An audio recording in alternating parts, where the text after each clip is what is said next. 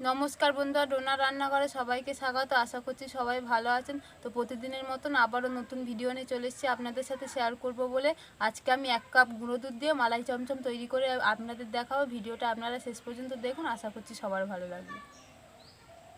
দেখুন, মালাই চমচম মিষ্টি করার জন্য এখানে আমি 1 কাপ গুঁড়ো দুধ নিয়েছি, প্রায় 150 গ্রাম। এটা এবার থালার মধ্যে ঢেলে দেবো।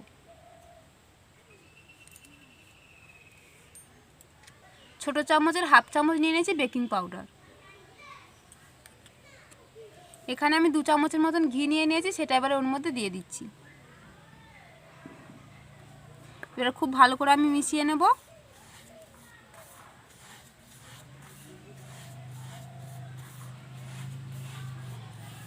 দেখুন, শুকনো উপকরণ দিয়ে খুব ভালো করে আমি মিশিয়ে নিয়েছি।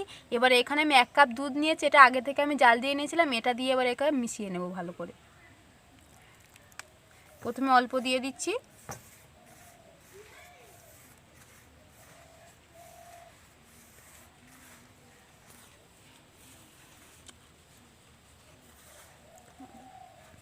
আর একটু দুধ আমি দিয়ে দিচ্ছি। এবার খুব ভালো করে আমি মেখে নেব।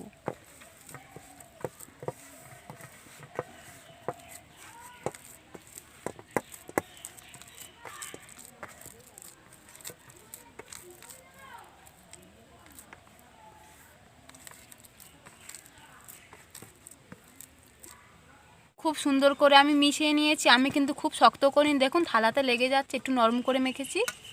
এবার আমি মালাই চমচমগুলো তৈরি করে নেব।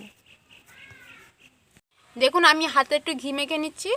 আপনারা ঘিয়ের পরিবর্তে তেলও নিতে পারেন।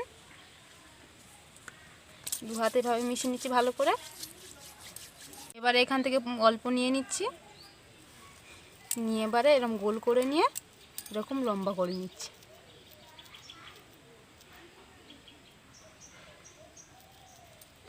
দেখুন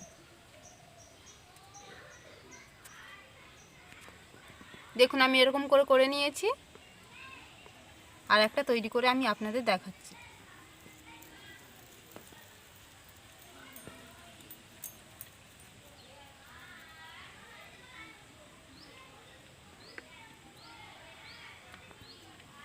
বাকিগুলো আমি একই রকম করে তৈরি করে নিচ্ছি।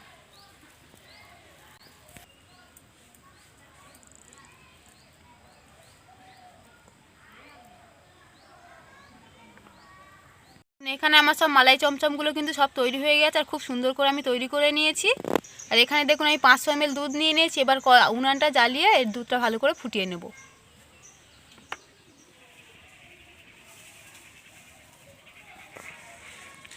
উনানটা জ্বালিয়ে নিয়েছি, এবার দুধটা আমি কড়ার মধ্যে দিয়ে দিচ্ছি। দুধটা আমি আগে থেকে ছেঁকে নিয়েছিলাম, তাই এখন আর ছাঁকবো না।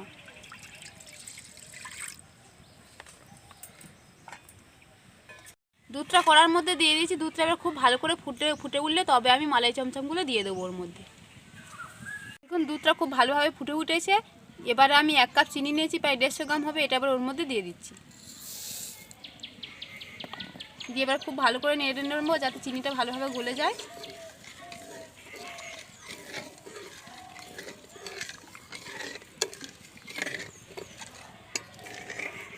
এবার দুধটা আরেকটু কিছুক্ষণ আমি ভালো করে ফুটিয়ে নেব।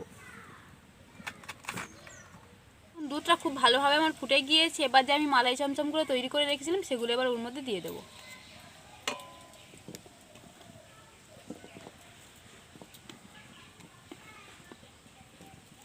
এবার বেশ কিছুক্ষণ আমি জাল দিয়ে নেব। এই মালাই চমচম দিয়ে দিয়েছি, কিন্তু কোনোভাবে নাড়া যাবে না। এগুলোর গায়ে খুন্তি দিলেই কিন্তু মালাই চমচমগুলো ভেঙে যাবে, তাই আমি একদম গোতে হাত দেবো না।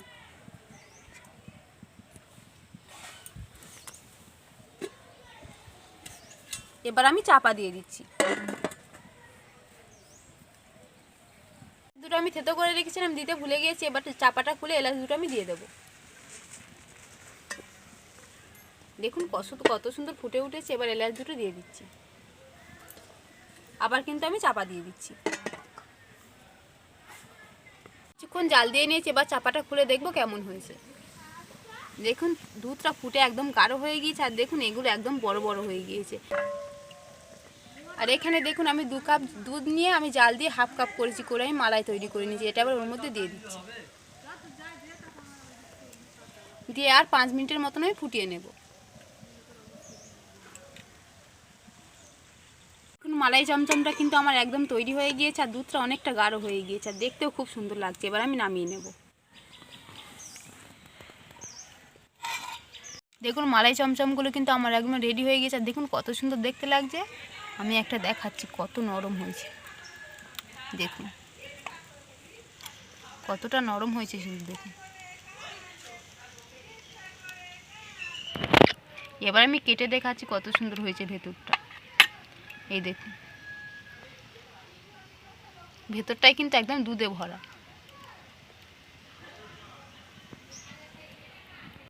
আজকে আমার এই মালাই চমচমের রেসিপিটা যদি আপনাদের ভালো লেগে থাকে তাহলে আপনারা একবার বাড়িতে হলেও বানাবেন। আর এই মিষ্টি রেসিপিটা যদি আপনাদের ভালো লেগে থাকে তাহলে ভিডিওতে একটা লাইক করবেন, আর আমার নতুন নতুন ভিডিও পেতে চ্যানেলটি সাবস্ক্রাইব করে পাশে থাকা বেল আইকনটি প্রেস করবেন। আর আমার ভিডিওটা স্কিপ না করে সম্পূর্ণ দেখবেন, আশা করছি সবার ভালো লাগবে। আজকের মতন ভিডিওটা এখানেই শেষ করছি।